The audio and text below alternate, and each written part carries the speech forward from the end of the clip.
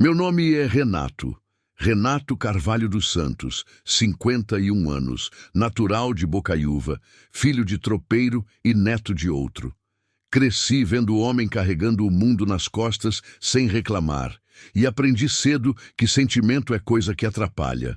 Nunca casei, nunca quis. Tive uma namorada lá pelos 30 anos que me pediu para escolher entre ela e a estrada.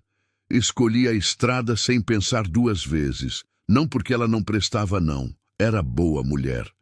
Mas eu tinha um vazio aqui dentro que nenhuma pessoa conseguia preencher, e eu preferia ficar correndo desse vazio a ter que olhar para ele de frente. Naquela manhã de julho, eu não estava pensando em nada disso. Estava pensando no tanto de buraco que tinha na pista depois da curva do córrego fundo, e em se ia chover mais forte antes de eu chegar em Montes Claros. Aí eu dobrei a curva que desce até a ponte do Rio das Pedras, aquela ponte velha, de concreto cinza, que atravessa o rio meio seco nessa época do ano. E foi quando vi. No começo, eu pensei que era um animal. Às vezes a neblina prega essas peças na gente, mas não era animal nenhum. Era uma moça, uma menina, na verdade, porque ela não devia ter mais do que 20 e poucos anos. Ela estava do lado de fora da grade da ponte, de costas para a estrada, segurando o ferro enferrujado com as duas mãos, com o corpo pendurado sobre o abismo. E ela estava grávida, muito grávida. Barriga grande, de uns 7 meses pelo menos, redonda e pesada. Uma vida inteira ali dentro pedindo socorro sem saber. Eu dei um breque que a carreta gemeu. Os pneus chiaram no asfalto molhado e o caminhão travou torto na pista, quase atravessado. O coração disparou num ritmo que eu não sentia faz tempo. Eu fiquei ali uns segundos, com as mãos no volante, sem saber o que fazer. Nunca fui de me meter na vida dos outros. Sempre achei que problema dos outros não é problema meu. Mas aquilo ali não era um problema qualquer. Aquilo era uma vida. 2 vidas. Desci da cabine devagarzinho. Não bati a porta. Não fiz barulho. Caminhei pela lateral da carreta pisando macio, como se o chão pudesse rachar. A neblina estava tão fechada que eu mal enxergava o outro lado da ponte. O vento frio cortava o rosto, e o rio lá embaixo, mesmo meio seco, fazia um barulho surdo de água correndo entre as pedras. Ela não me ouviu chegar. Estava de cabeça baixa, o cabelo molhado de garoa colado no rosto, os ombros tremendo. Não era de frio, não. Era daquele tremor que vem de dentro, quando a pessoa está carregando um peso que o corpo não aguenta mais. Eu parei a uns 3 metros dela. Respirei fundo. Pensei em tudo que eu poderia dizer e descartei quase tudo. Não era hora de sermão, não era hora de pergunta boba. Era hora de ser humano, da forma mais simples que eu conseguisse. Eu sei que a vida está pesando demais em você agora. Eu disse com a voz mais calma que consegui juntar. Mas esse bebê aqui no mundo ainda não viu nada. Me dá uma chance de te ouvir. Ela ergueu a cabeça. Me olhou de lado, com aquele olho vermelho de tanto choro, cheio de uma desconfiança que eu entendi na hora. Mulher sozinha no mundo, aprende cedo a desconfiar de homem que aparece do nada querendo ajudar. Mas tinha alguma coisa no jeito que eu falei, ou talvez no jeito que eu fiquei parado ali, sem me aproximar, que fez ela não se virar de novo pro abismo. O senhor não me conhece, ela disse.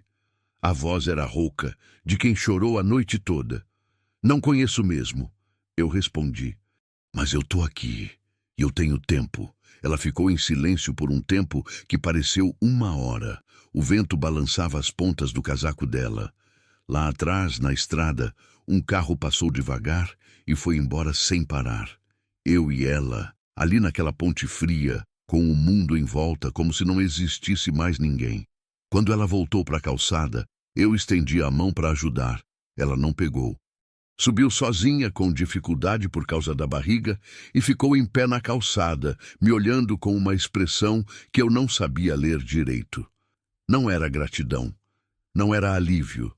Era mais um cansaço profundo, de quem não tinha mais força nem para continuar, mas também não sabia mais o que fazer da vida. Você tem onde ficar? Eu perguntei. Ela balançou a cabeça que não. Eu não pensei muito. Peguei o celular e liguei para Dona Geralda, dona da pensão, em Bocaiúva Nova, cidade pequena que ficava a uns 20 quilômetros dali, onde eu sempre parava quando precisava descansar no meio de uma viagem longa. Expliquei a situação do jeito mais curto que consegui. Dona Geralda reclamou um pouco, como ela sempre faz, mas no fundo ela era boa pessoa, e aceitou. Levei a menina até a pensão na cabine da carreta. O caminho todo, ela ficou olhando pela janela, sem falar nada. Eu também não falei. Não era hora de perguntar o que tinha acontecido, nem de tentar consertar o que não era meu para consertar. Às vezes a pessoa precisa de silêncio junto, não de palavra. Quando deixei ela com Dona Geralda, paguei uma semana adiantada do próprio bolso e fui embora. Tinha carga para entregar, tinha obrigação.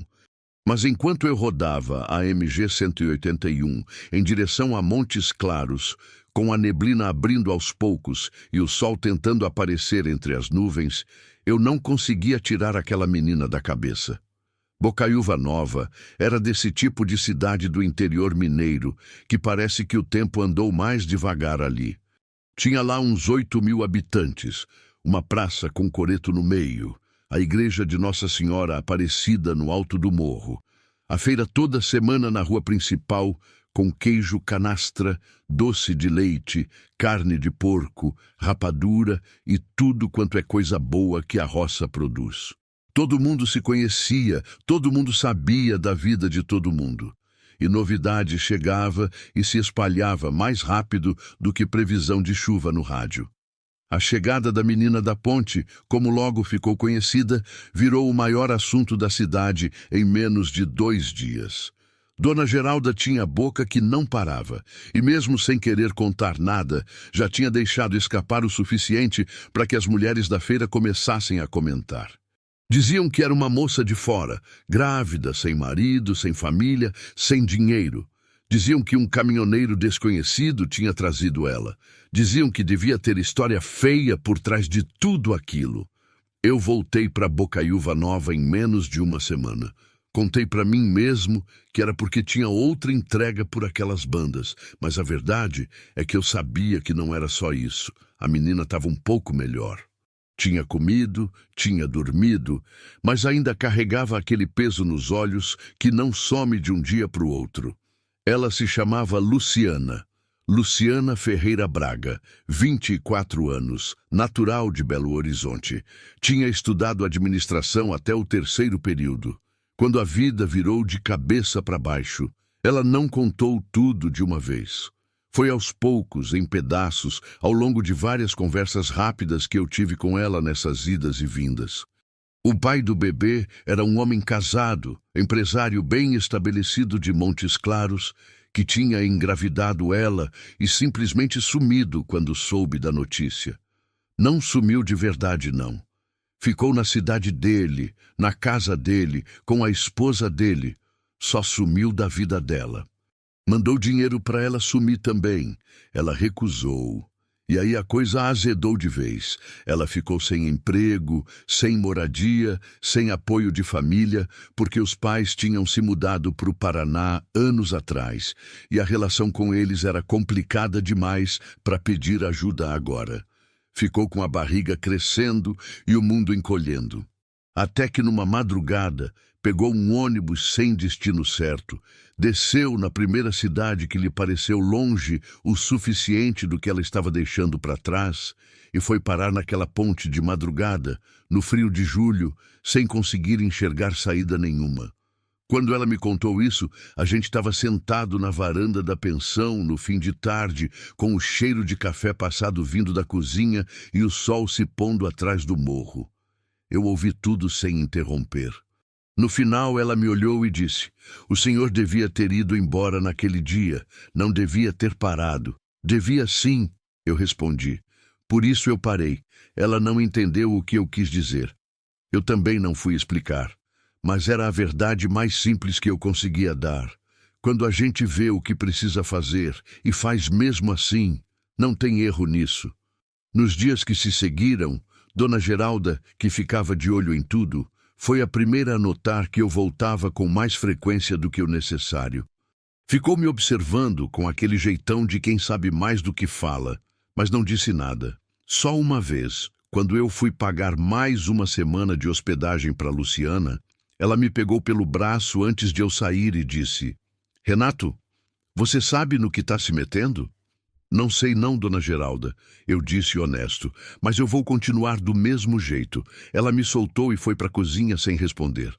O que era, na linguagem de dona Geralda, um tipo de aprovação. Foi numa tarde de terça-feira, umas 3 semanas depois que eu tinha encontrado Luciana na ponte, que a coisa começou a complicar de um jeito que eu não esperava. Eu estava ajudando a descarregar umas sacas num armazém do outro lado da cidade, quando um dos homens que trabalhava ali, conhecido como Beto Barroso, me puxou de lado com um jeito cauteloso que não combinava com ele. Renato, aquela moça que está na pensão da... Geralda! Ele começou baixinho. O que tem ela? Eu perguntei. Ela trabalhou com o Silvério Drummond, o fazendeiro lá da região do Rio Verde. Você sabe quem é ele? Eu sabia. Todo mundo sabia. Silvério Drummond era dono de uma das maiores fazendas da região norte de Minas. Um homem de muito dinheiro e pouca conversa, que tinha a fama de sempre conseguir o que queria de um jeito ou de outro. Fazia anos que circulavam histórias sobre ele pelos botecos e feiras da região. Mas ninguém falava alto, porque ninguém queria problema. Ela trabalhou para ele como secretária, continuou Beto cada vez mais baixinho. 2 anos. E dizem que ela saiu de lá sabendo de coisa que ele não quer que ninguém saiba. Eu não disse nada. Fiquei parado olhando para ele. Tô te contando porque ontem à noite apareceu um homem aqui na cidade fazendo perguntas sobre ela. Perguntando onde ela estava ficando, quem andava com ela, homem de fora que ninguém conhecia. Ficou conversando com o dono do bar perto da praça e foi embora tarde da noite. Voltei para a pensão mais rápido do que pretendia. Encontrei Luciana na varanda, tricotando um casaquinho pequenininho de lã azul, com aquele jeito concentrado de quem está tentando não pensar em coisa ruim. Sentei do lado dela e perguntei direto: Luciana, você trabalhou para o Silvério Drummond? Ela parou o tricô. Me olhou de um jeito que me disse tudo antes de ela abrir a boca. Quem te contou? Isso não importa agora. Importa é que tem gente perguntando por você aqui na cidade. O casaquinho caiu no colo dela. As mãos pararam no ar. E nos olhos dela eu vi aparecer aquele medo que ela tinha conseguido esconder nas últimas semanas, voltando todo de uma vez, como água que a represa não segura mais. Eu sabia que ele ia me achar. Ela disse num sussurro. Eu sabia. O que você sabe sobre ele, Luciana? Ela demorou. Olhou para o morro, para o céu que já começava a escurecer, para o casaquinho azul no colo. Depois me olhou de novo e dessa vez eu vi que ela tinha tomado uma decisão. Tem documentos? Ela disse. Eu guardo cópia de tudo. Coisas sobre terras, sobre famílias que perderam o que era delas por causa de papel falso e acordo por baixo do pano. Muita gente daqui, Renato. Gente que você provavelmente conhece. O vento da tarde passou entre nós dois. Lá longe, o sino da igreja de Nossa Senhora Aparecida bateu 6 horas. E eu entendi, naquele momento, que a manhã na ponte tinha me colocado no meio de uma história muito maior do que eu tinha imaginado e que eu não ia conseguir simplesmente ir embora dessa vez. Quando ela apareceu na cozinha às 7 da manhã, ainda com os olhos pesados de uma noite mal dormida, eu já tinha tomado minha decisão. Não sei bem explicar como. Sabe quando a gente sente que tem coisa certa a fazer e ponto? Era isso.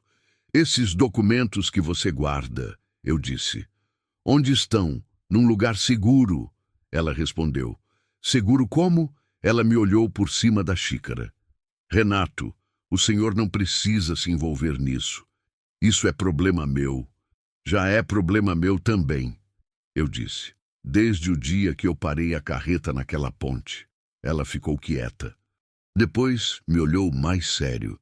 Quando eu trabalhava para Silvério, eu era secretária dele faz uns 3 anos. Cuidava da agenda, dos contratos, da correspondência.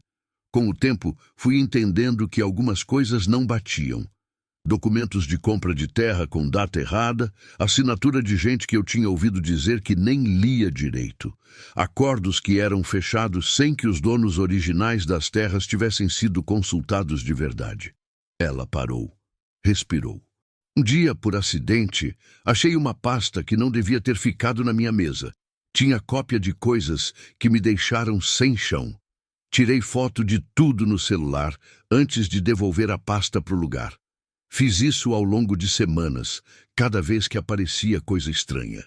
No final, quando eu saí de lá por causa da gravidez, eu tinha um arquivo enorme guardado num lugar que nem ele nem ninguém tem acesso.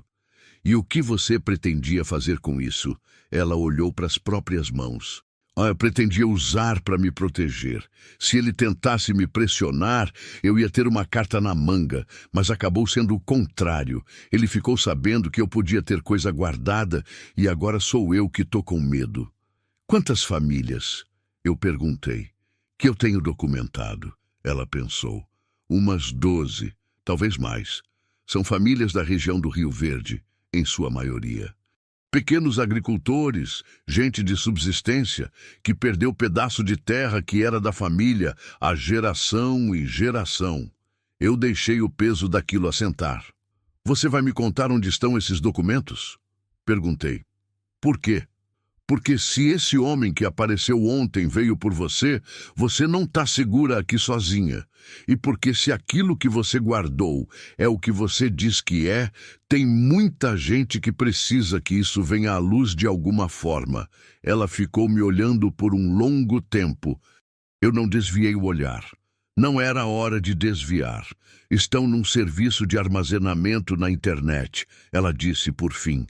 Só eu sei a senha.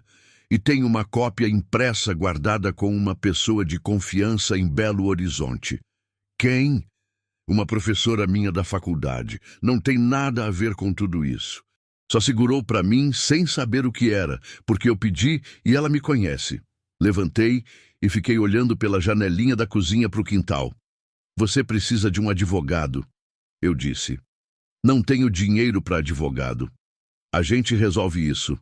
Renato. A voz dela veio firme, mas com uma rachadura no meio. Por que o senhor está fazendo isso? O senhor não me deve nada. Eu me virei. Olhei para ela com a barriga enorme e os olhos cansados e as mãos que tinham parado de tremer, mas ainda seguravam a xícara fria com força demais. Porque é certo fazer, eu disse. E porque eu passei 23 anos na estrada sem fazer muita coisa certa. Tô em débito com o universo. Ela quase sorriu. Quase. Era a primeira vez que eu via qualquer coisa parecida com leveza no rosto dela desde que a tirei da ponte. E aquilo valeu mais do que qualquer coisa que eu pudesse ter dito. Naquele dia, eu não peguei a carreta. Era a primeira vez em 23 anos que eu deixava uma carga esperando por causa de outra pessoa. E enquanto o sol esquentava o dia lá fora e Dona Geralda chegava na cozinha resmungando que o feijão tinha ficado queimando, eu sabia que alguma coisa na minha vida tinha mudado de vez naquela manhã de neblina na ponte do Rio das Pedras, e que o pior e o melhor ainda estavam por vir. Nos dias que se seguiram, Bocaiúva Nova continuou rodando do jeito que sempre rodou. A feira na terça e na sexta, o café com pão de queijo na padaria do seu Zósimo de manhã cedo, as mulheres na beira da calçada conversando com aquele jeitinho de quem fala baixo, mas quer que todo mundo ouça. A vida miúda do interior seguia o compasso de sempre, mas por baixo daquele sossego de aparência, alguma coisa tinha mudado. Eu sentia isso na pele, naquele jeito que a gente sente quando o ar antes de tempestade fica diferente, mais pesado, mais quieto do que devia. Eu fiquei na cidade por mais 4 dias, depois daquela conversa de cozinha com Luciana. Avisei para o despachante que ia atrasar a próxima entrega, inventei um problema mecânico na carreta para não ter que explicar a verdade, e fiquei. Não era meu hábito mentir. Mas também não era meu hábito ficar. As duas coisas eram novidade. Nesse tempo, fui me inteirando melhor da situação. Conversei com Beto Barroso mais 2 vezes. Ele era armazeneiro, conhecia muita gente da região e tinha aquele tipo de memória de interior que guarda tudo: nome de família, pedaço de terra, história antiga de quem comprou o quê e quando. Quando eu comecei a mencionar os casos que Luciana tinha me descrito em linhas gerais, sem dar detalhes dos documentos, os olhos de Beto foram acendendo um por um. A família Queiroz perdeu um sítio de 40 alqueires lá perto do Ribeirão. Ele disse, numa tarde que a gente tomava café na calçada do armazém. Todo mundo aqui sabe que aquela terra era deles faz 3 gerações. De repente apareceu um papel dizendo que tinha uma dívida antiga com o banco e o banco vendeu a terra para o Silvério por preço de banana. O velho Queiroz foi reclamar e não conseguiu nada. O filho mais novo ficou tão amargurado que foi embora para Goiás e nunca mais voltou. E mais? Eu perguntei. Tem os Ferreira do Capão Claro, os Andrade lá da Serra do Boi, a viúva Conceição, que perdeu os 5 alqueires que o marido deixou para ela. Ele balançou a cabeça. De sempre a mesma história. Papel que aparece do nada, dívida que ninguém lembra de ter feito, e no final a terra acaba na mão do Silvério. Eu fiquei ouvindo e guardando tudo, cada nome, cada história. Não porque eu soubesse ainda o que ia fazer com aquilo, mas porque sentia que era importante guardar. À noite, eu voltava para a pensão e ficava na varanda um tempo com Luciana, antes dela ir dormir. Ela estava mais calma, mas era uma calma de superfície. No fundo, eu enxergava que ela estava o tempo todo à escuta, como bicho que sente que tem predador por perto. Qualquer barulho diferente na rua, qualquer carro desconhecido que passava devagar, ela ficava tensa. Você acha que ele mandou alguém de verdade? Ela me perguntou numa dessas noites. Acho que sim, eu disse sem enrolar. Não era hora de mentira bonita. Ela assentiu, como se já soubesse da resposta, mas precisasse ouvir de fora para confirmar. Renato, eu preciso que o senhor entenda uma coisa. Ela disse, depois de um silêncio. Eu não quero ser herói de nada. Eu só queria ter meu filho em paz. Não queria me meter em briga de adulto que é maior do que eu. Eu sei, eu disse, mas eu também não consigo simplesmente fingir que não vi o que vi. Essas famílias... Ela parou, engoliu. Eu fui atrás de algumas histórias quando ainda trabalhava lá, com cuidado, sem levantar suspeita. Conversei com uma das filhas dos Queiroz, disfarçado de pesquisa para uns documentos do escritório. Ela me contou que o pai ficou tão abalado depois de perder a terra que adoeceu do coração. Não conseguiu mais trabalhar. Ela olhou para as mãos. Eu era secretária de um homem que fazia isso com as pessoas. Eu assinava papel, eu agendava reunião, eu virava a cara. E na hora que eu precisei de ajuda, o mundo também virou a cara para mim. Eu não disse nada por um tempo. O vento da noite balançava as folhas do pé de manga no quintal. Lá longe, um cachorro latia. Era desse tipo de noite quieta de interior que faz a gente pensar demais. Você não virou a cara, não? Eu disse por fim. Você guardou os documentos. Você ficou com isso. Por interesse próprio, ela disse amarga. Não importa o motivo que você teve na hora. Importa o que você faz agora, com o que você tem. Ela ficou me olhando por um bom tempo, como se estivesse tentando decidir se eu era ingênuo ou sincero. Acho que concluiu que eram os dois, porque no final deu um sorriso pequeno e cansado e disse boa noite. Foi na manhã de sexta-feira, dia de feira, que o homem voltou. Eu estava no mercadinho do seu Ariovaldo comprando mantimento quando Beto entrou apressado e me puxou pelo braço sem cerimônia. Ele está na praça, Beto disse em voz baixa. O mesmo homem de semana passada. Está sentado no banco do coreto, fingindo que está descansando, mas fica olhando para a entrada da pensão da Geralda. Eu pagou o que devia e saí sem pressa. Andei pela rua principal devagarzinho, com o chapéu de palha que eu sempre usava quando estava no sol forte e dei uma volta pelo quarteirão, de modo que eu passasse perto do coreto sem parecer que ia até lá de propósito. O homem era miúdo, de cabelo curto e camisa social bege, uns 40 anos. Tinha um copo de água na mão e um celular no bolso. Qualquer um que passasse acharia que era viajante parando para descansar. Mas eu já tinha 23 anos de estrada e aprendi a ler gente, igual aprendi a ler asfalto ruim. Tinha alguma coisa no jeito que ele assentava o olhar que não combinava com quem está só descansando. Cheguei na pensão pela entrada dos fundos, como Dona Geralda às vezes deixava, e fui direto falar com Luciana. Você não pode ficar aqui, eu disse. Ela olhou para mim, depois olhou para a barriga. Renato, eu tô com 8 meses. Não posso sair correndo. Não tô falando de correr. Tô falando de mudar de quarto. Tem um cômodo nos fundos da casa do Beto. A mulher dele já deixou o espaço. Fica do outro lado da cidade, longe da rua principal. Por enquanto é o melhor que dá. Ela não gostou, mas também não discutiu. Conheci o suficiente da situação para saber que não era hora de teimar. Naquela tarde, com a ajuda de Beto e da esposa dele, Creuza, uma mulher pequena e decidida que não precisava de muita explicação para fazer o que era certo, transferimos as coisas de Luciana para um cômodo simples nos fundos da casa deles. Tinha uma janela com vista para o quintal, uma cama de solteiro, um armário de madeira. Não era muito, mas era seguro. Dona Geralda ficou brava no começo, porque achou que estava perdendo hóspede e renda. Mas quando eu expliquei em poucas palavras o que estava acontecendo, ela ficou quieta, bateu a mão na mesa da cozinha e disse: Renato, eu não gosto de confusão, mas eu gosto menos ainda de injustiça. Pode contar comigo para o que precisar. Era o tipo de resposta que só encontra no interior. Gente que não tem muito, mas que quando dá a palavra, dá de verdade. O homem do coreto ficou mais 2 dias na cidade. Perguntou na padaria, no bar, no mercadinho. Não falou o nome de Luciana, mas descreveu ela. Moça jovem, grávida, de fora da cidade.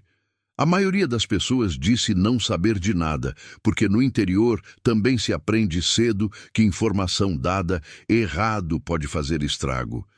Mas um ou outro foi mais frouxo de língua e eu fiquei preocupado.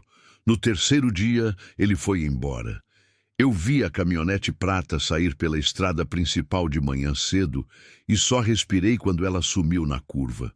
Mas o alívio não durou muito. Na semana seguinte, Luciana me chamou num canto com a voz diferente, mais tensa do que o normal. Recebi mensagem, ela disse, me mostrando o celular. Número desconhecido. Só dizia: sabemos onde você está. Devolve o que é nosso e some. Eu olhei para a mensagem, reli 2 vezes, depois olhei para ela. Você tem com quem falar em Montes Claros? Alguém de confiança que conheça essa história e possa ajudar? Ela pensou. Tem um advogado que foi colega do meu pai na época em que meu pai ainda morava em Minas. Nunca tive contato direto, mas meu pai confiava nele. Você consegue contato? Acho que sim. Mas, Renato, se eu acionar alguém, isso deixa de ser coisa escondida. Fica exposto. E aí não tem mais volta.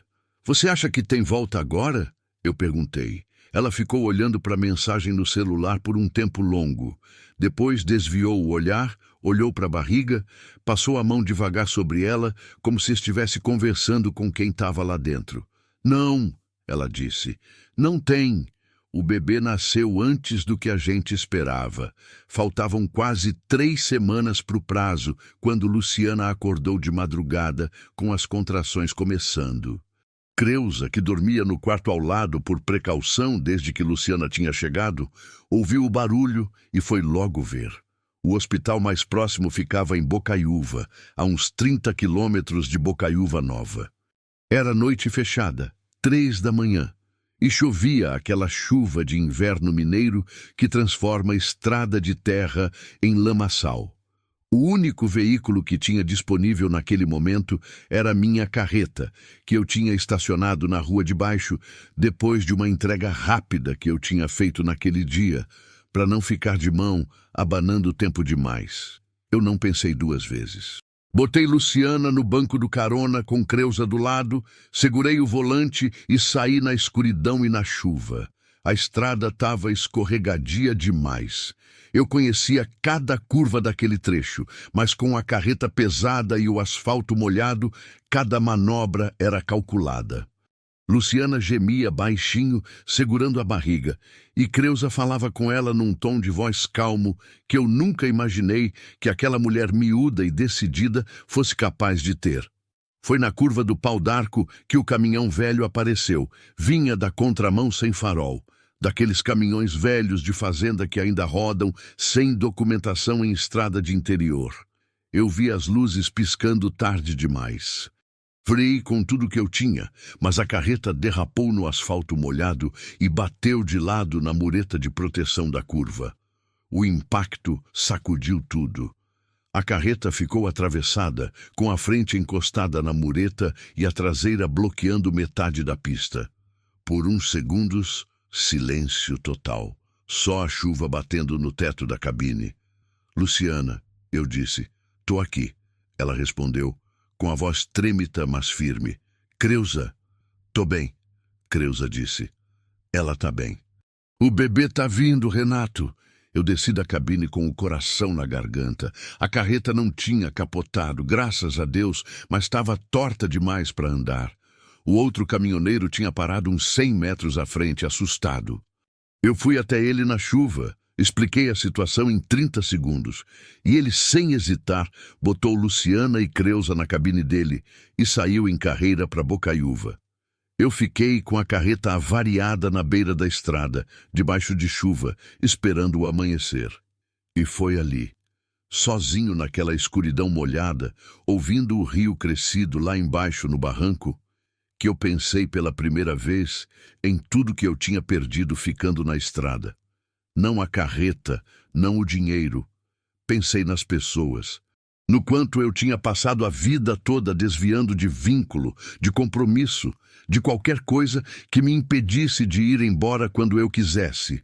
E pensei que talvez, só talvez, a vida toda eu tivesse esperando por um motivo grande o suficiente para parar. Quando o sol nasceu e eu consegui ligar para o despachante para resolver o problema da carreta, recebi uma mensagem de Creuza. Menino, saudável, berrando muito, os dois bem. Eu botei o celular no bolso. Sentei no estribo da carreta com a chuva ainda garoa fina e chorei. Chorei que nem não chorava faz anos, daquele jeito que homem de interior nunca faz porque acha que não pode. Mas ali não tinha ninguém para ver. E a vida tinha me dado uma coisa grande demais para segurar seco.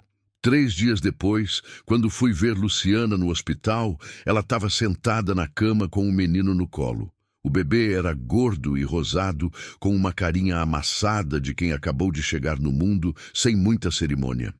Ela me olhou quando eu entrei no quarto e não disse nada por um tempo. Já tem nome? Eu perguntei. Pedro, ela disse. Pedro é o nome. Sentei na cadeira do lado da cama. Olhei para o menino. Ele tinha os olhos fechados e respirava daquele jeito tranquilo de recém-nascido, como se o mundo lá fora não existisse ainda. Renato, Luciana disse depois de um tempo. O advogado. Eu mandei mensagem para o filho dele que achei no Facebook. Ele topou conversar. Ela fez uma pausa. Quando eu sair daqui, a gente vai ter que tomar uma decisão. Eu assentei com a cabeça. Eu sei, ela olhou de novo para o bebê. A janela do quarto deixava entrar uma luz fraca de tarde, daquele amarelo de fim de dia que o inverno mineiro tem. E no silêncio daquele quartinho de hospital, com o cheiro de antisséptico e o barulho distante do corredor, eu senti o peso do que vinha pela frente, porque o Silvério Drummond não ia esperar a gente se recuperar. E a mensagem no celular de Luciana ainda estava lá, sem resposta, como uma pedra no meio do caminho que a gente ia ter que enfrentar de frente, mais cedo do que eu queria. Fomos para Montes Claros na quinta-feira da semana seguinte, quando o Pedro tinha completado 10 dias de vida. Creusa foi junto, porque ela tinha decidido que não ia deixar Luciana ir com criança pequena sem alguém que entendesse de bebê do lado. O escritório do Dr. Darcy Magalhães ficava num sobrado velho no centro de Montes Claros, daqueles com janela de madeira pintada de verde e placa de latão na porta. O homem tinha uns 75 anos, cabelo branco todo, mãos de quem trabalhou muito e um jeito de ouvir que fazia a gente sentir que cada palavra que falava tinha peso. Ficamos lá por quase 2 horas. Luciana contou tudo, com calma, com detalhe, sem pular nada. Eu fiquei do lado, quieto, só ouvindo. O Dr. Darcy fez perguntas certas, sem pressa, anotando num bloco de papel com uma caneta que parecia ter sido comprada faz muito tempo. Quando ela terminou, ele ficou olhando para os próprios apontamentos por um momento. "Você tem as cópias dos documentos em mãos?" Ele perguntou. "Tenho num arquivo na internet, e tenho uma cópia impressa com uma pessoa de confiança em Belo Horizonte. Vai precisar das 2, ele disse. Mas antes de qualquer coisa, eu preciso que você entenda o que está se propondo a fazer. Silvério Drummond tem recurso e tem conexão. Isso não vai ser rápido, não vai ser fácil. Vai ter pressão em cima de você de formas que a gente ainda não consegue prever." Ele fez uma pausa. "Você tem onde ficar? Está segura?" "Por enquanto, sim," ela disse. "Por enquanto não é suficiente." Ele respondeu direto. "Mas vamos resolver uma coisa de cada vez. Me manda as cópias dos documentos por e-mail ainda essa semana. Eu vou analisar e te digo o que a gente tem de verdade nas mãos." Na saída, eu fiquei um passo atrás enquanto Luciana despedia do advogado. O Dr. Darcy me olhou de um jeito avaliativo, como quem ainda não entendeu o papel que eu exercia naquela história. "O senhor é da família?" ele perguntou. Eu pensei por um segundo. "Não," eu disse. "Mas pretendo ser." Não sei bem por que falei aquilo. Saiu antes de eu pensar. Luciana, que tinha ouvido, não se virou, mas eu vi a nuca dela ficar vermelha. No caminho de volta, o silêncio na cabine era daquele tipo cheio de coisa por dizer que ninguém encontra jeito de começar. Foi Luciana que quebrou, bem quando eu já estava chegando na saída de Montes Claros. "Renato, você vendeu a carreta." Não era pergunta, era afirmação. Ela tinha notado que eu estava com caminhonete alugada. Eu demorei um segundo. "Sim." "Por quê?" "Porque precisava de dinheiro para resolver algumas coisas." Eu disse, sem detalhar. Ela ficou quieta por um tempo longo.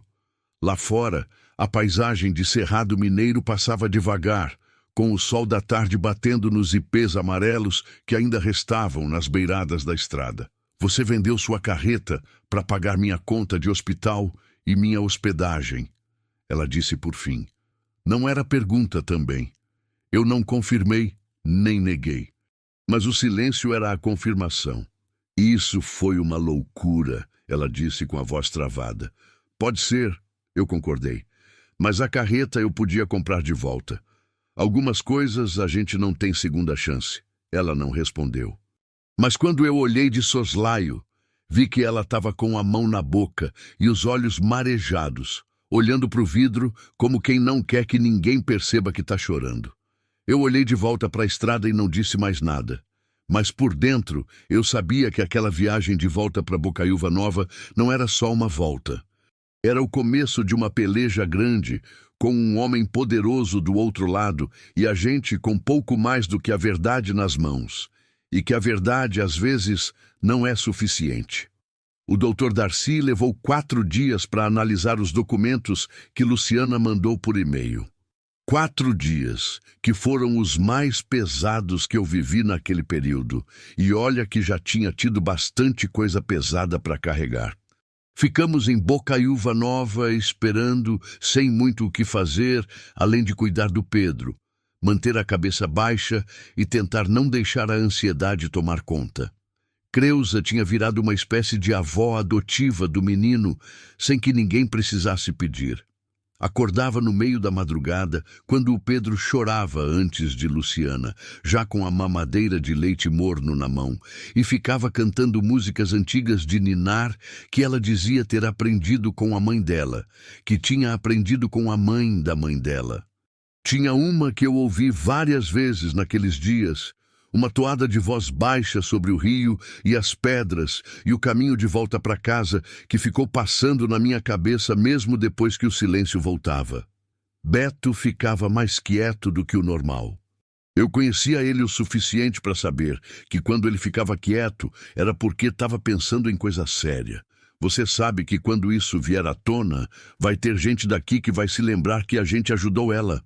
Ele me disse numa tarde, enquanto a gente sentava na calçada depois do jantar. Sei, eu disse, e não vai ser fácil para mim e para Creuza, Renato. Eu tenho armazém, tenho cliente na região toda. Se o Silvério decidir apertar, ele pode fazer muita coisa para prejudicar meu negócio, sem nem precisar aparecer. Eu olhei para ele. Você quer que ela vá embora? Ele demorou. Não. Bateu o pé no chão como quem está firmando uma decisão. Não quero não, só quero que você saiba que eu entro nessa sabendo o que pode custar. Apertei o ombro dele sem falar mais nada. No interior, esse tipo de coisa não precisa de discurso. A decisão já tinha sido tomada, e os dois sabíamos disso.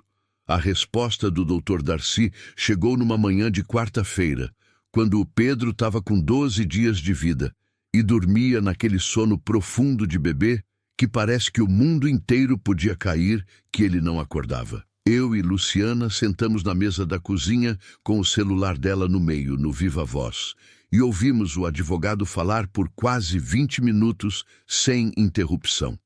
O que ele tinha encontrado era pior do que Luciana achava, e ela já achava que era ruim. Não eram 12 famílias. 17 famílias de pequenos agricultores da região do Rio Verde e arredores que tinham perdido terra nos últimos 8 anos, em processos que na superfície pareciam legais, mas que, quando analisados em conjunto, mostravam um padrão claro. Documentos de dívida com data retroativa, assinatura de cartório em cidades diferentes das que os agricultores frequentavam. Registros em nomes de empresa que pertenciam ao Silvério, mas que estavam registradas em nome de terceiros, para dificultar. Rastreamento. O material que você guardou é sólido, disse o Dr. Darcy com aquela voz calma de quem já viu muita coisa no mundo. Eram 17. Não é prova de tudo, mas é o suficiente para abrir processo e para que a Promotoria de Justiça de Montes Claros se interesse. O problema é que isso vai levar tempo. Processo desse tipo não se resolve em semanas. E enquanto o processo corre, você e o bebê precisam estar em lugar seguro. O que o senhor chama de lugar seguro? Luciana perguntou.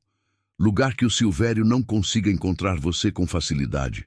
E com pessoas do seu lado que não possam ser pressionadas a te deixar na mão. Depois que a ligação acabou, ficamos os dois em silêncio por um tempo. O café esfriou na xícara.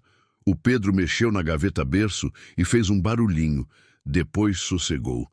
17 famílias, Luciana disse, mais para ela mesma do que para mim. É muita gente, eu disse. Eu trabalhei para ele 2 anos, Renato. 2 anos. Eu sabia que tinha coisa errada, eu sabia, mas eu ficava me convencendo de que não era problema meu, que eu não tinha certeza suficiente, que... Ela parou.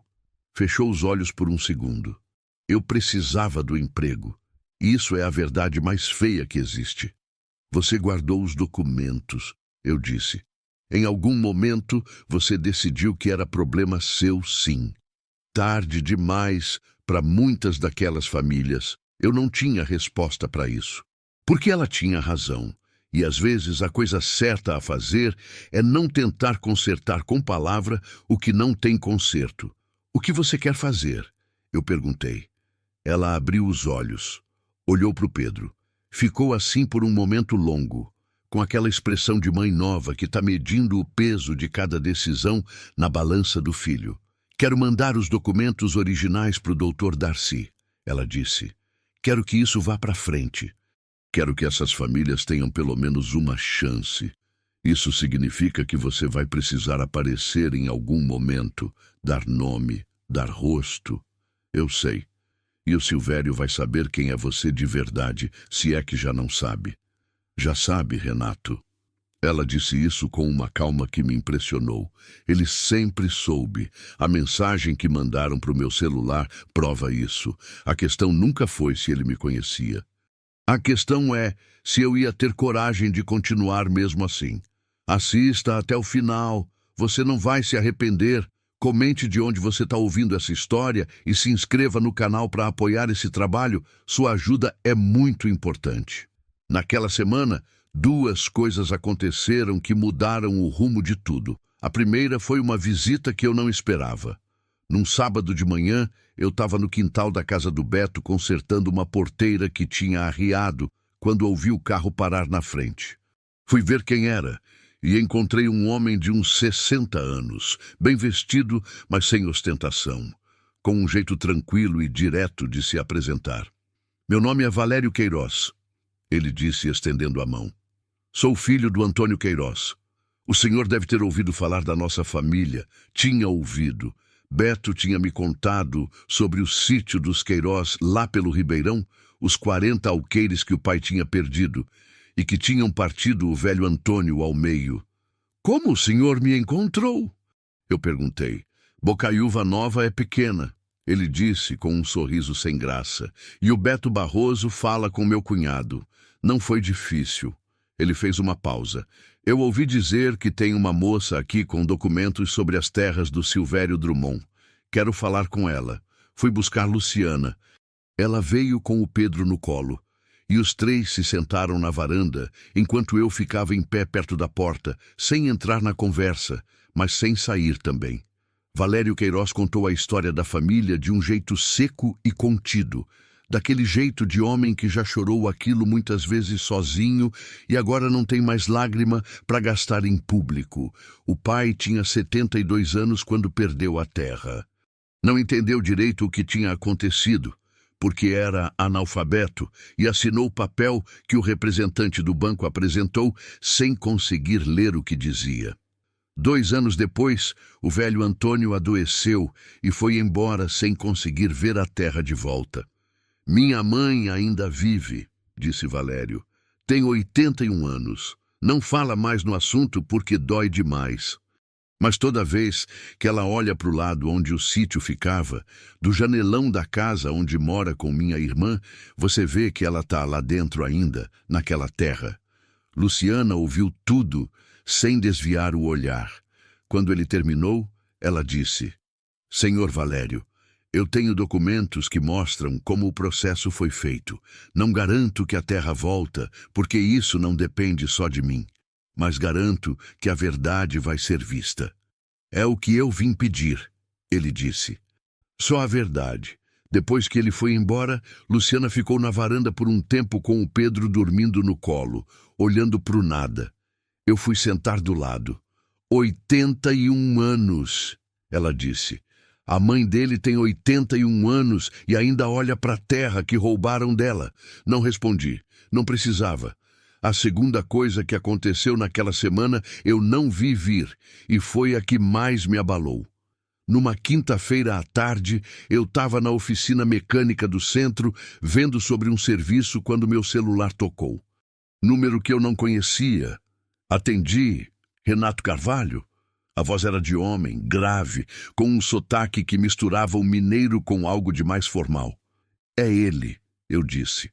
Meu nome não interessa agora. Mas eu trabalho para o Silvério Drummond há 12 anos, e eu tô ligando porque tem coisa que ele não sabe que eu sei, e que eu acho que você precisa saber também. Fiquei parado. O mecânico passou por mim sem me olhar. Fala, eu disse. Tem uns 20 anos, o Silvério tomou uma terra lá na divisa de Bocaiúva com Francisco Sá. Uma fazendinha pequena, de família simples. O processo foi igual aos outros, mas dessa vez a família resistiu mais do que ele esperava. Levou a briga até onde podia, e quando não pôde mais, um dos filhos saiu por aí sem destino. Moço novo, na época devia ter uns 20 e poucos anos. O coração começou a bater diferente. Era uma sensação estranha, como quando a gente chega num lugar que nunca foi, mas acha que conhece.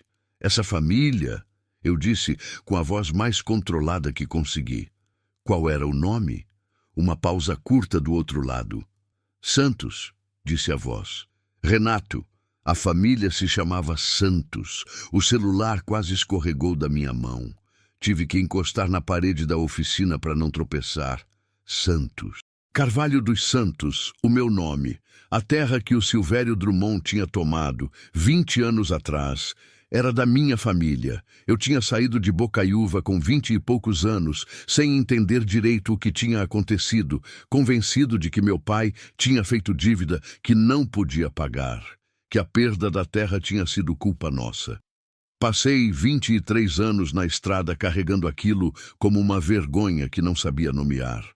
E agora um desconhecido me dizia pelo celular que não tinha sido culpa nenhuma, que aquilo também tinha sido tomado do mesmo jeito pelo mesmo homem. Você ainda está aí?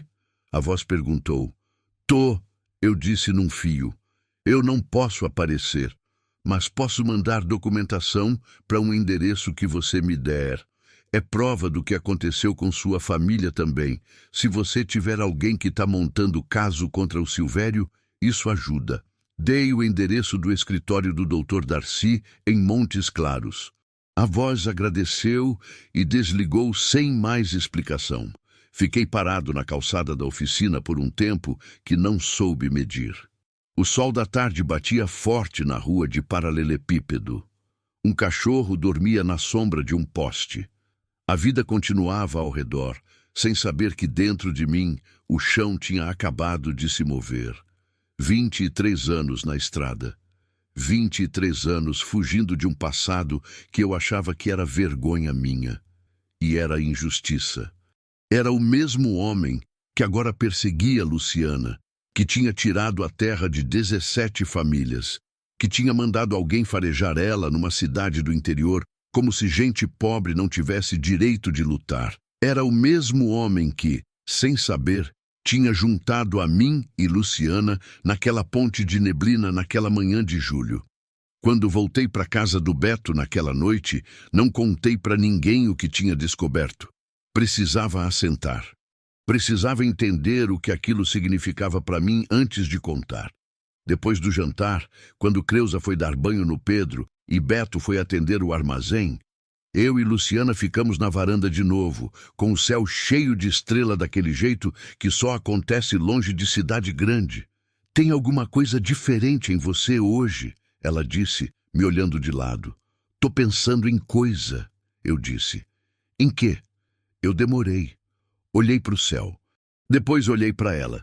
Em como o mundo às vezes fecha um círculo de um jeito que a gente não vê vindo. Eu disse. Ela esperou, sentindo que tinha mais.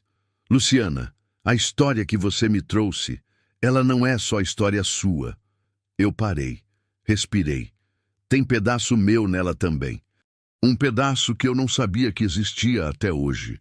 Ela ficou me olhando com aquele olho quieto e atento dela, sem apressar. Eu contei tudo. A família em Bocaiúva, o pai que assinou o papel sem entender, a terra que sumiu quando eu era novo, a vergonha que eu carregava achando que era culpa nossa. Contei da ligação, do nome Santos, do documento que estava a caminho. Quando terminei, ela ficou quieta por um tempo longo. Você sabia antes de hoje? Ela perguntou devagar. Não. Juro que não. Ela assentiu e eu vi que ela acreditou. Então o destino é mais arretado do que eu pensei. Ela disse usando uma expressão que ela tinha pego emprestado sem perceber das histórias que Creuza contava. Eu quase sorri. Isso muda alguma coisa para você? No que você quer fazer? Não muda o que eu quero fazer, eu disse. Mas muda o motivo. Eu não tô mais aqui só porque é certo ajudar você. Tô aqui porque essa luta também é minha. Sempre foi, eu só não sabia. Ela ficou me olhando por um tempo, com aquela expressão de mulher que tá pesando cada palavra antes de falar. Renato, ela disse por fim, você tem noção do tamanho do que a gente tá se metendo? Tenho, eu disse, e tô dentro, Lá dentro, o Pedro começou a chorar. Creusa respondeu com aquela toada de ninar antes mesmo que Luciana se levantasse. E na varanda da casa do Beto, com o céu de estrela acima e o cheiro de terra molhada subindo do quintal, eu senti pela primeira vez, em 23 anos, que estava exatamente onde precisava estar. Mas o que eu ainda não sabia era que o Silvério Drummond também tinha descoberto o mesmo nó que eu. E que ele não ia ficar esperando a gente dar o próximo passo. No dia seguinte, cedo da manhã, Beto recebeu uma ligação do fornecedor mais importante do seu armazém, dizendo que não ia poder renovar o contrato, sem dar explicação, sem dar prazo. Só que não ia mais, e Beto olhou para mim com uma expressão que eu nunca vou esquecer. Não era raiva, não era arrependimento, era a cara de homem que sabia que a conta ia chegar e chegou, e que pagava do mesmo jeito. A guerra tinha começado de verdade. No dia seguinte, o Dr. Darcy pediu para a gente ir até o escritório. Fomos Beto nos levando, Creusa ficou com o Pedro.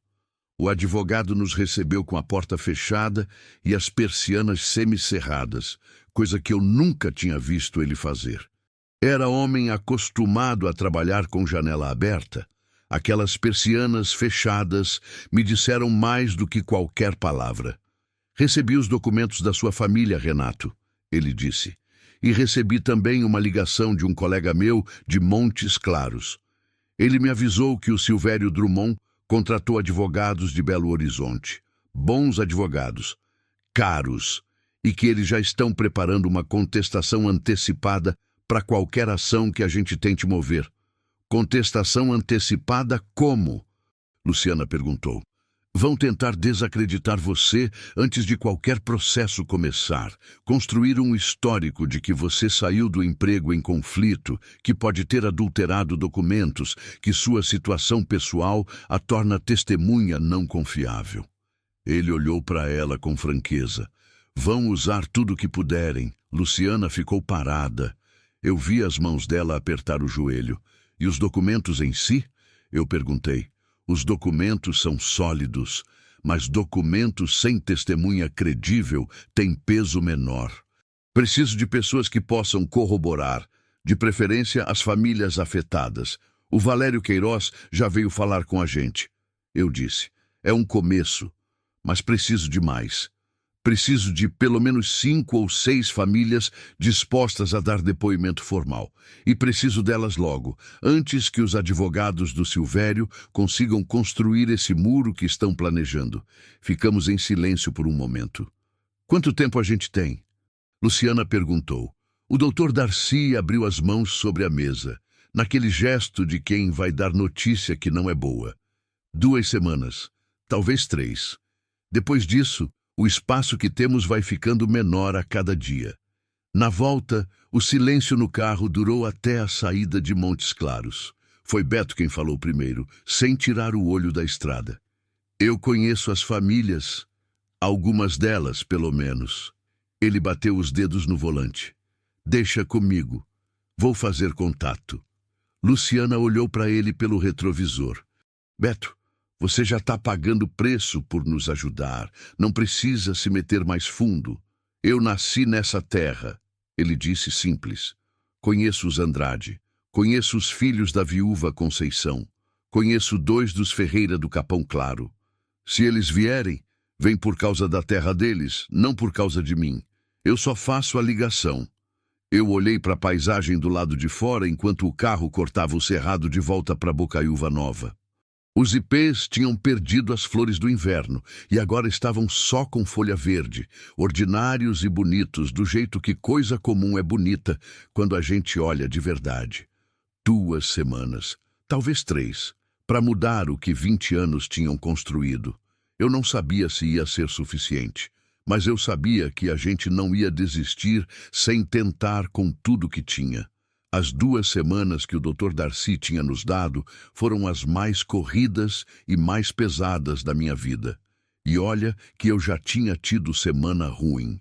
Mas aquilo foi diferente.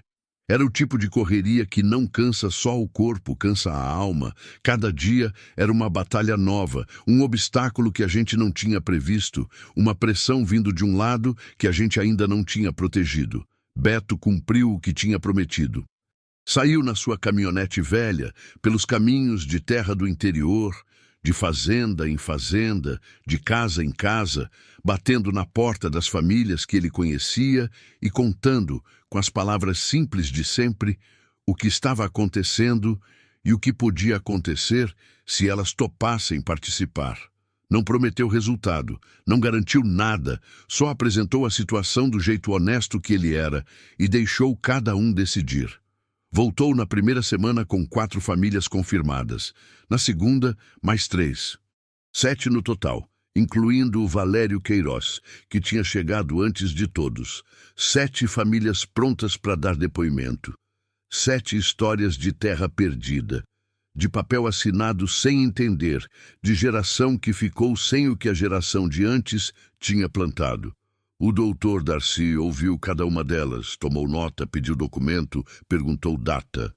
Trabalhou sem parar por dias seguidos, com aquela determinação de homem velho que sabe que não tem tempo infinito e por isso não desperdiça o que tem.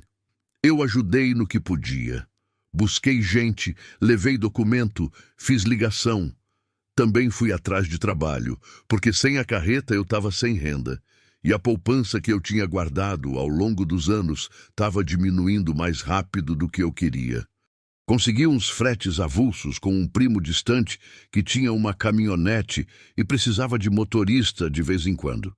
Não era muito, mas era suficiente para ir levando.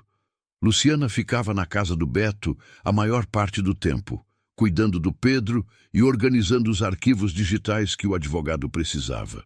Ela tinha um jeito metódico de trabalhar que eu admiro até hoje.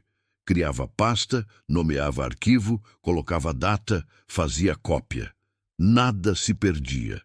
Era como se tivesse passado os 2 anos de secretaria, aprendendo exatamente as habilidades que ia precisar para montar esse caso.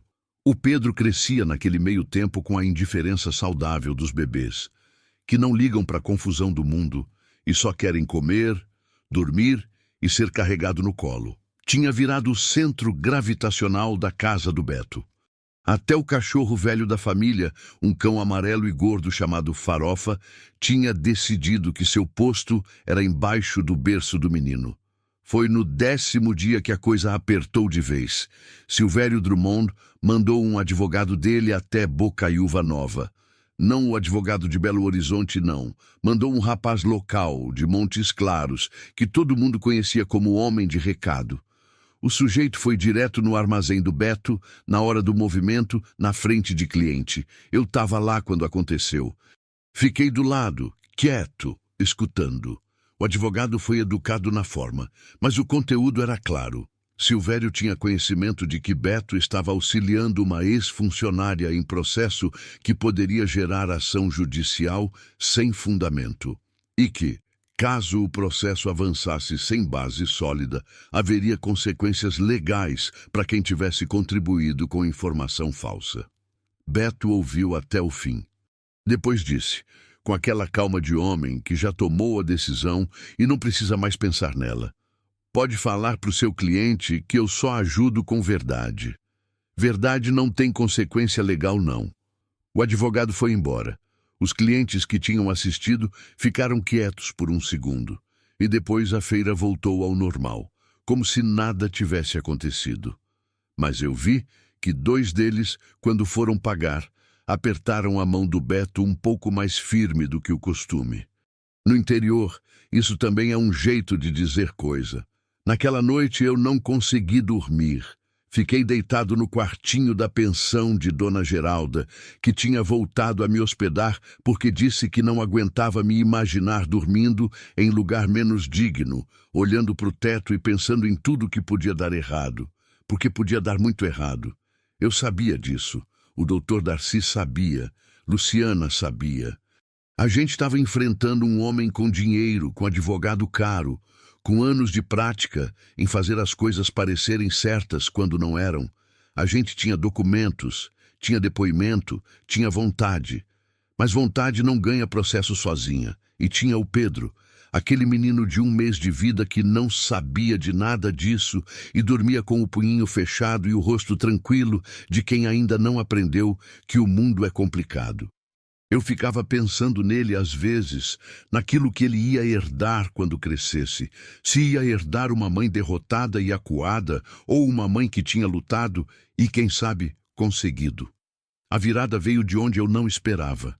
No 13º dia, Dona Geralda me chamou na cozinha de manhã cedo com um jeito agitado que não era dela. "Renato, a minha sobrinha quer falar com você. Eu sabia que Dona Geralda tinha uma sobrinha em Montes Claros. Tinha ouvido falar dela algumas vezes ao longo das semanas, mas nunca tinha me aprofundado no assunto.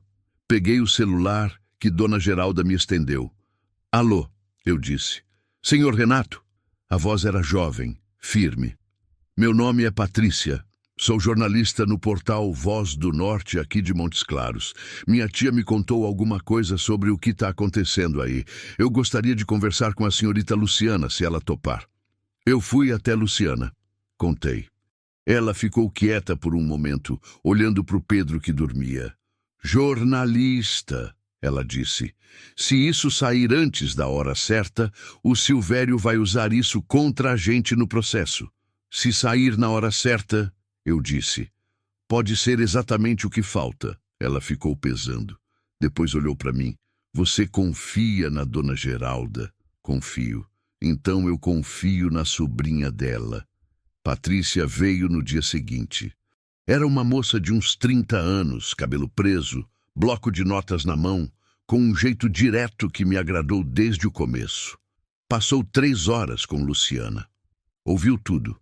Pediu os documentos para verificar. Conversou comigo também, e com Beto, e com o Valério Queiroz, que ela ligou e ele aceitou falar. Antes de ir embora, ela disse para Luciana: "Eu não publico nada sem sua autorização, mas quando você quiser que isso vá ao ar, me avisa. Eu garanto que vai ser feito com responsabilidade." Levamos isso para o Dr. Darcy no mesmo dia. Ele ficou em silêncio por um momento depois que a gente contou. "É um risco", ele disse, "mas pode ser o peso que falta." Ele bateu o dedo na mesa.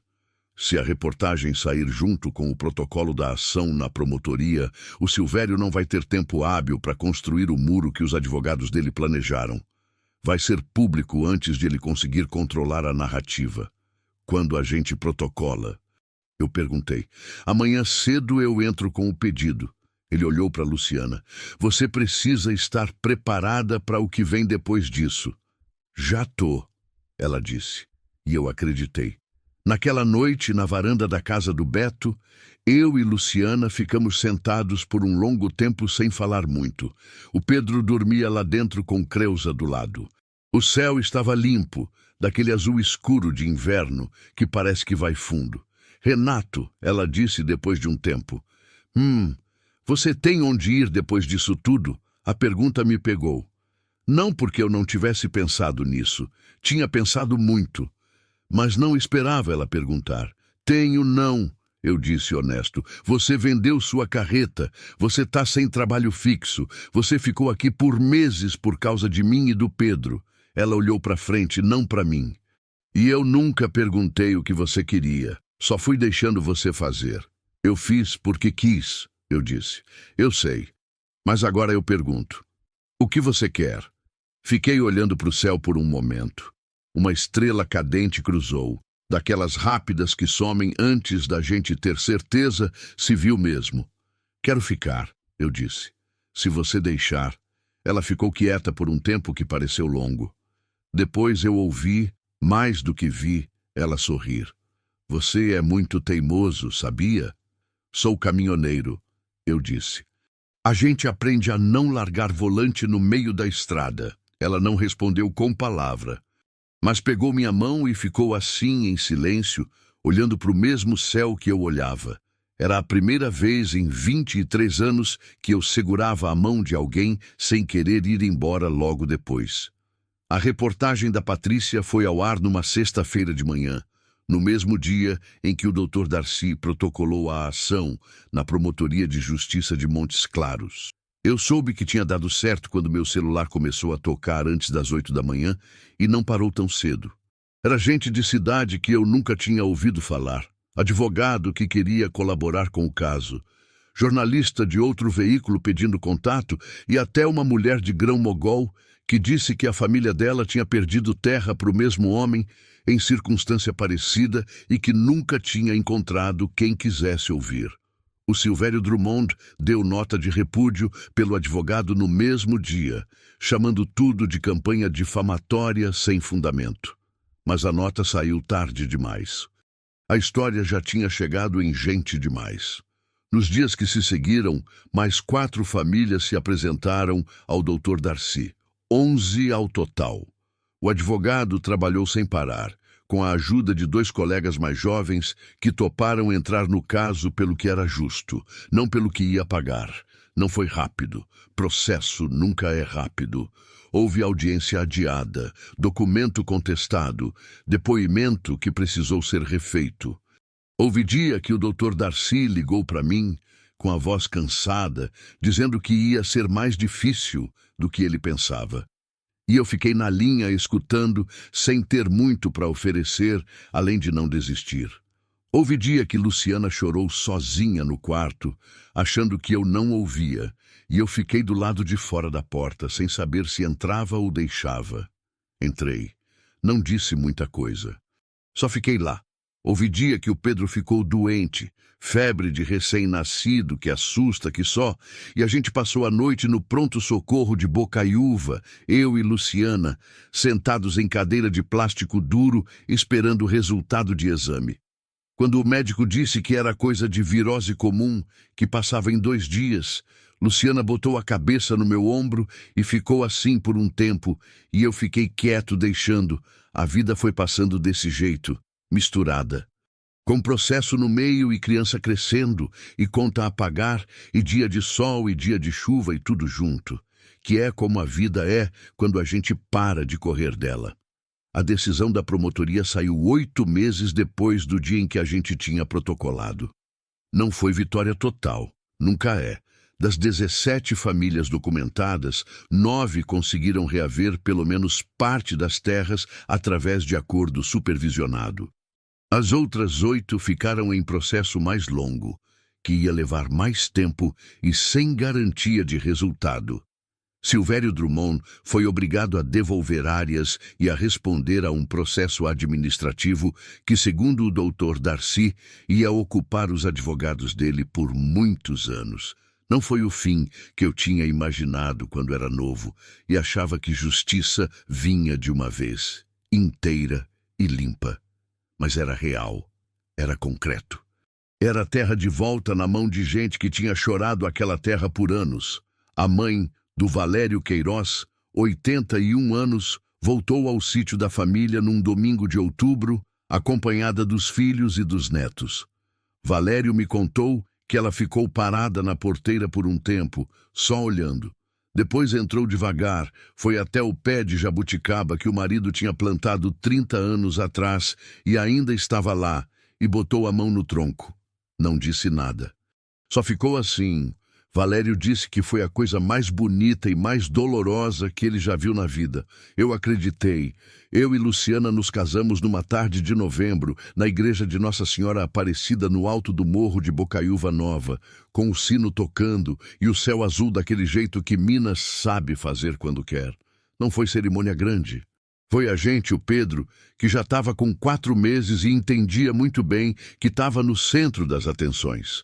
O Beto e a Creuza, o Valério Queiroz, o Dr. Darcy, que veio de Montes Claros só para isso, e a dona Geralda, que apareceu com um bolo de fubá que ela disse que tinha levantado às 4 da manhã para fazer. A Patrícia também foi. Ficou no fundo da igreja com aquele bloco de notas na mão. E eu pedi para ela guardar o bloco porque naquele dia a história não precisava de registro. Era só pra gente. Eu não tenho mais a carreta. Comprei uma caminhonete pequena com o dinheiro que fui juntando nos fretes avulsos e trabalho em rota regional agora, que me deixa em casa todo fim de semana. Não é o mesmo dinheiro de antes, mas é o primeiro dinheiro da minha vida que eu gasto com gente que é minha.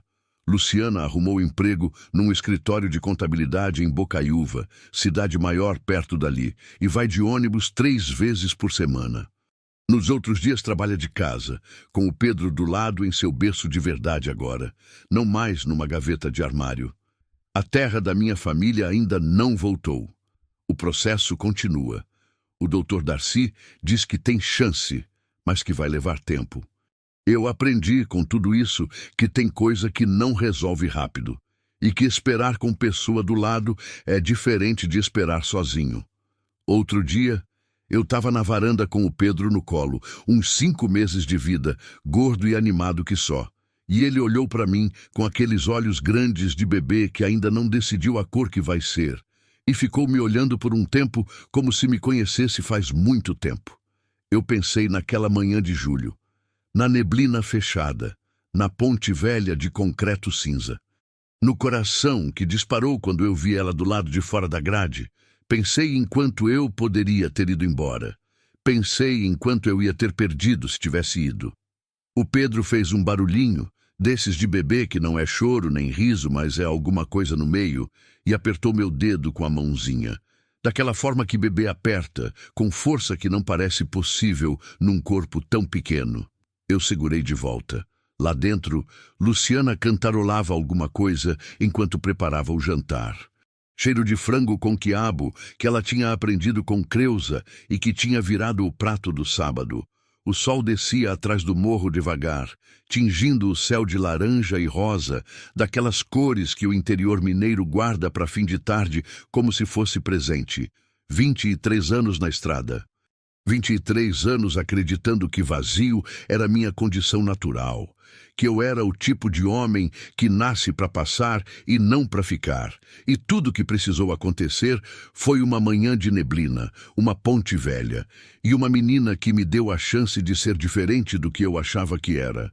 Às vezes, a gente está na estrada não para chegar em algum lugar.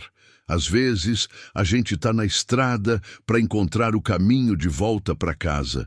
E às vezes, quando a gente tem sorte de verdade, a casa está esperando na beira da ponte, segurando firme, esperando alguém parar. Eu parei. E não me arrependo nem de um segundo. Hoje o Pedro tem quase 1 ano.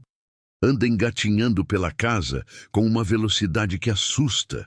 Derruba tudo que encontra pela frente e ri. Daquele riso de barriga cheia que faz a gente rir junto sem querer. Semana passada, eu levei ele e Luciana até a ponte do Rio das Pedras. Parei o carro na beirada, desci e fiquei olhando por um tempo para o concreto cinza, para o rio ainda meio seco, para a grade enferrujada que ela tinha segurado naquela manhã de julho. Luciana ficou do meu lado com o Pedro no colo. Não falamos nada por um tempo. Você voltaria? Ela perguntou por fim. Para essa ponte? Para aquela manhã? Você voltaria e faria tudo de novo? Eu olhei para ela. Olhei para o menino que estava mascando a alça da bolsa dela com aquela seriedade de bebê que acha que está fazendo coisa importante. Tudo, eu disse. Cada pedaço. Ela sorriu. Daquele sorriso que eu aprendi a reconhecer ao longo de quase 1 ano, o sorriso que ela não dá para todo mundo, que ela reserva para quando a guarda baixa e deixa aparecer o que ela é por dentro. A gente ficou ali mais um tempo, os 3, na beira da ponte onde tudo tinha começado, e quando fomos embora, eu não olhei pelo retrovisor, porque finalmente, pela primeira vez na vida, eu não estava deixando nada para trás.